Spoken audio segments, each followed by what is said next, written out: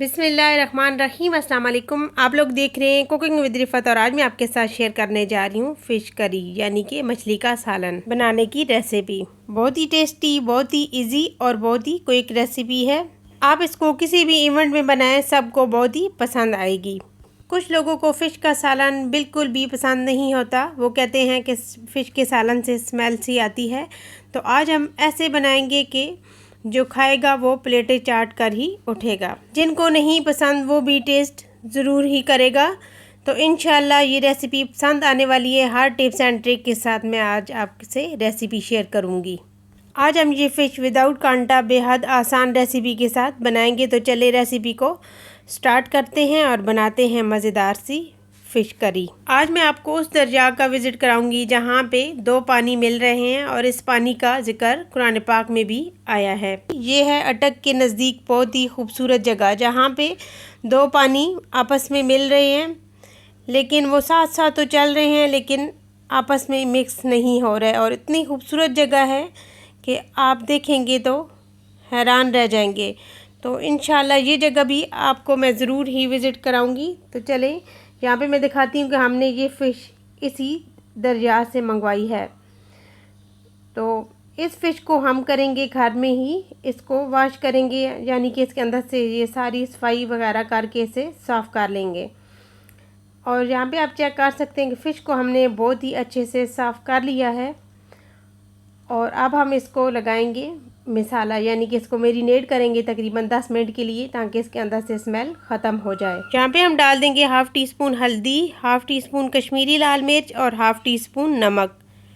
और इसके अंदर हमने लेमन का भी इस्तेमाल करना है और लेमन जो है हमने एक ही इसके अंदर डालना है। दरमियाने साइज़ का लेमन मैंने ले लिया है और इसका जूस हम इसके अंदर डाल देंगे।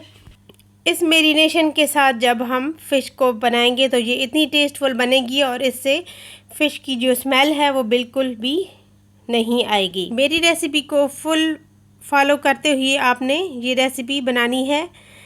मैं आपको हर टिप्स एंड ट्रिक के साथ ये रेसिपी आपसे शेयर करूँगी। तो इसके अंदर से जो लेमन के बीज हैं हम इनको रिमूव कर देंगे और इसको हाथों के साथ अच्छे से मिक्स करेंगे। और इसको इतना मिक्स करना है कि फ़िश के अंदर तक मसाला जो है अच्छे से लगाना है ताकि इसकी स्मेल ख़त्म हो जाए।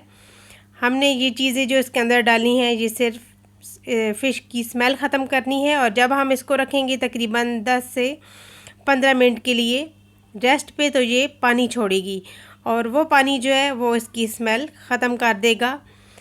और इसको हम 10 से 15 मिनट के लिए ऐसे ही छोड़ देंगे काउंटर पे।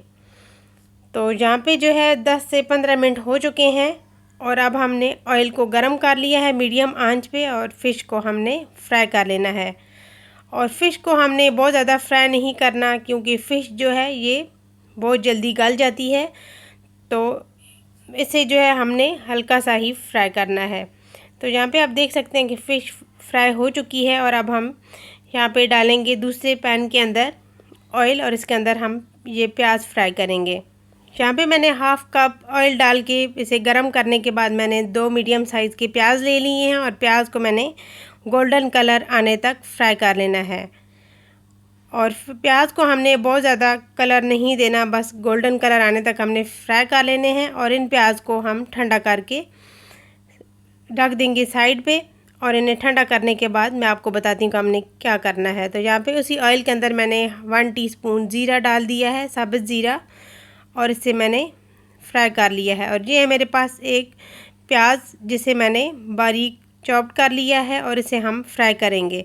और इस प्याज का भी हमने गोल्डन कलर आने तक फ्राई करना है। और ये प्याज हमने ठंडे कर लिए और अब हम इनको मिक्सी जार में डाल के इसका बारीक मिक्सचर रेडी करेंगे। और ये प्याज को हमने इतना फ्राई करना है कि इनका कलर चेंज हो जाए। अगर प्याज का कलर चेंज ना हुआ तो आपका सालन मीठा बनेगा, इसलिए आपने प्याज को अच्छे से फ्राई करने के बाद लहसुन और अदरक का पेस्ट डालना है। तो यहाँ पे मैंने लहसुन और अदरक का पेस्ट डाल दिया है और इसे भी हम फ्राई करेंगे ताकि लहसुन और अदरक की स्मेल ख़त्म हो जाए। और साथ मैंने 1 कप टमाटर का पेस्ट ले लिया है। और ये है मेरे पास कुछ मसाले, धनिया, हल्दी, लाल मिर्च, कश्मीरी लाल मिर्च, ज़ीरा पाउडर, कसूरी मेथी और ये है मेरे पास गरम मसाला। और हाफ़ टी स्पून मैंने नमक ऐड किया है। नमक मैंने पहले भी ऐड किया है और आपने नमक हाथ रोक के ही शामिल करना है। मिसालों को मिक्स करने के बाद हम इसके अंदर डाल देंगे थोड़ा सा पानी, ताकि मिसाले हमारे जले ना और अच्छे से पक जाएं। टमाटर का पानी खुश्क कर लेने के बाद जो मैंने स्टार्टिंग में प्याज फ्राई किए थे उनका मैंने पेस्ट रेडी कर लिया था, तो ये पेस्ट हम इसके अंदर डाल देंगे। ये हम इसके अंदर डाल देंगे और इसको अच्छे से मिला लेंगे।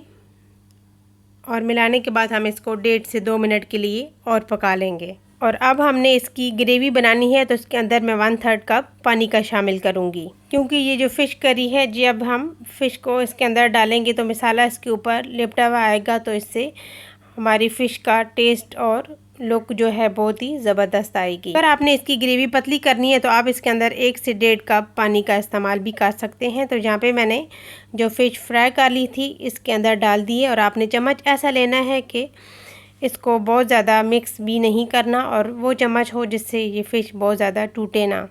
और हमने इस फ़िश को इतना पकाना है कि इसका जो कांटा है वो अलग हो जाए। जैसा कि हमने एक साइड से कांटे को उठाया और फ़िश जो है वो अलग हो जाएगी, तो इंशाल्लाह इतनी ही टेस्टफुल बनेगी कि आप जब खाएंगे तो ज़रूर ही याद करेंगे। यहाँ पे हम इसके अंदर डाल देंगे सब्ज़ मिर्चें और इसको 5 मिनट के लिए और पका लेंगे।